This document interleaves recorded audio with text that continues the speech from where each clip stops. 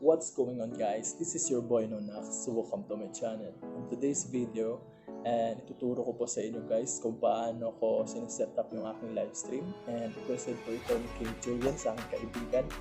And sana bro, ay makatulong ako sa iyo bro. Siya nga pala, shoutout kay Steven Rombo.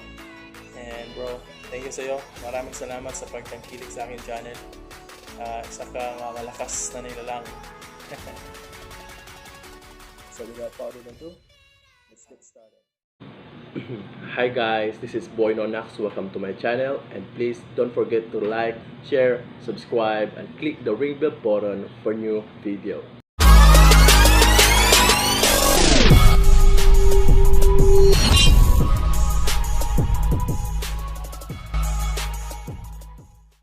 So ito na nga guys.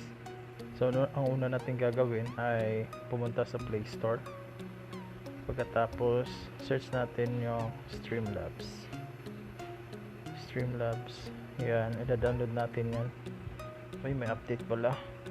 So update na muna natin itong Streamlabs guys. Siguro madali lang pa. Yan, for email lang.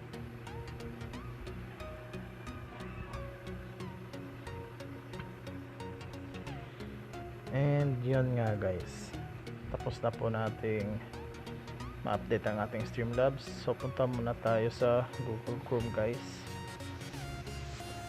And then punta tayo sa Facebook. Siyempre yung Facebook mo. Tapos on natin tong desktop site para makuha siyang desktop. Ayan. Pagkatapos punta ka sa Facebook Creator Studio. Yan.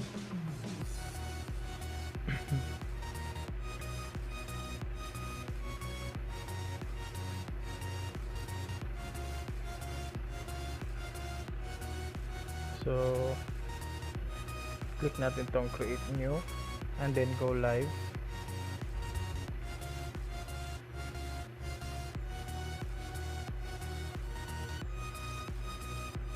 And then click natin yung page na gusto natin, kung saan tayo gusto mag live.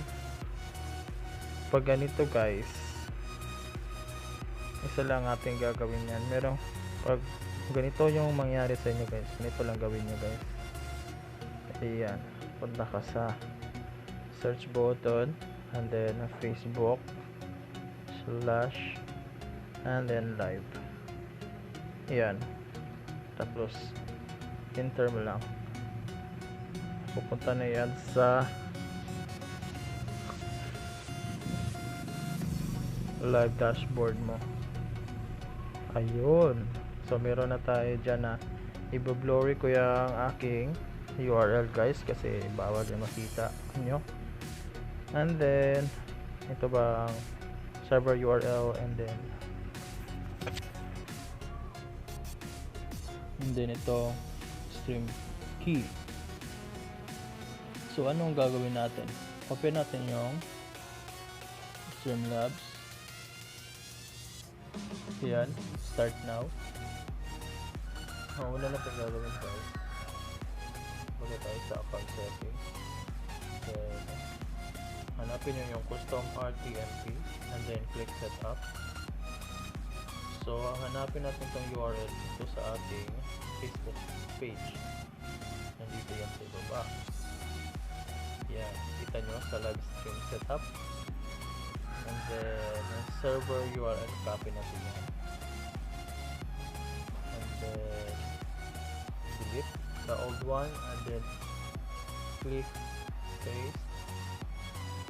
Then punta naman tayo sa ating page, copy tong stream key yan, and then punta tayo sa stream key yan, delete natin to, save, and then click next, close, and then pagkatapos nyan balik naman tayo sa ating Facebook page. Lagyan muna natin ang title ng ating stream. Example, test. Yan. Tapos lagyan natin. Kahit ano ilagay nyo dito sa ibaba.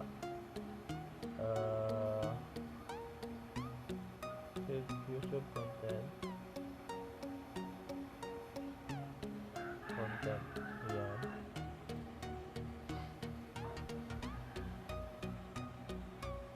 At pagkatapos nyan, punta naman tayo dito sa tag. Importante ito guys, kailangan i-tag nyo before kayo mag-livestream. Kasi mas madami yung taong makapag-nood pag na-tag nyo sa tamang laro na yung nalaro nyo. So example, Fortnite, PUBG.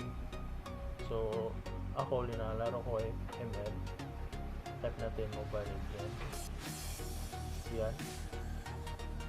And then choose image para sa ating thumbnail. Ayan. Browse. And then so regarding sa thumbnail, paano to gawin guys? Siguro gagawa na lang ako ng video kung paano gumawa ng thumbnail para sa YouTube and Facebook nyo. So comment lang kayo sa baba guys kung gusto nyo mapanood o gusto nyo gumawa ako ng thumbnail, how to make thumbnail on your YouTube or Facebook. And then next, so okay na tayo dito guys. Pwede na tayo pumunta sa balik tayo sa Streamlabs. So gawin natin dito, click natin tong Go Live and then select platform. Yan. So click natin yung custom and then next, and then kahit ano ilagay nyo dito sa title guys, kasi kung ano yung nasa title na sa ating page, yun lang yung lalabas. So huwag na kayong gumawa ulit ng title dito. So kahit ano lang ilagay natin. Yan. Oh yeah. Yan lang. So pag kinik ko to yung live, go live, mag-start na yan guys. Hindi ko pwedeng i-go live kasi ma-stop yung screen recording natin. Hindi sila pwedeng sabay. So isasabihin ko na lang sa inyo guys click nyo yung go live and then punta kayo dito sa Facebook live stream nyo. After that, hintayin nyo itong go live na nasa ibaba na kumulay asul. Kukulay asul yan guys. Ang pagkatapos nyan, start na kayong mag live, click nyo yung go live and then open nyo yung ML nyo and then boom, pwede na kayo mag live stream guys.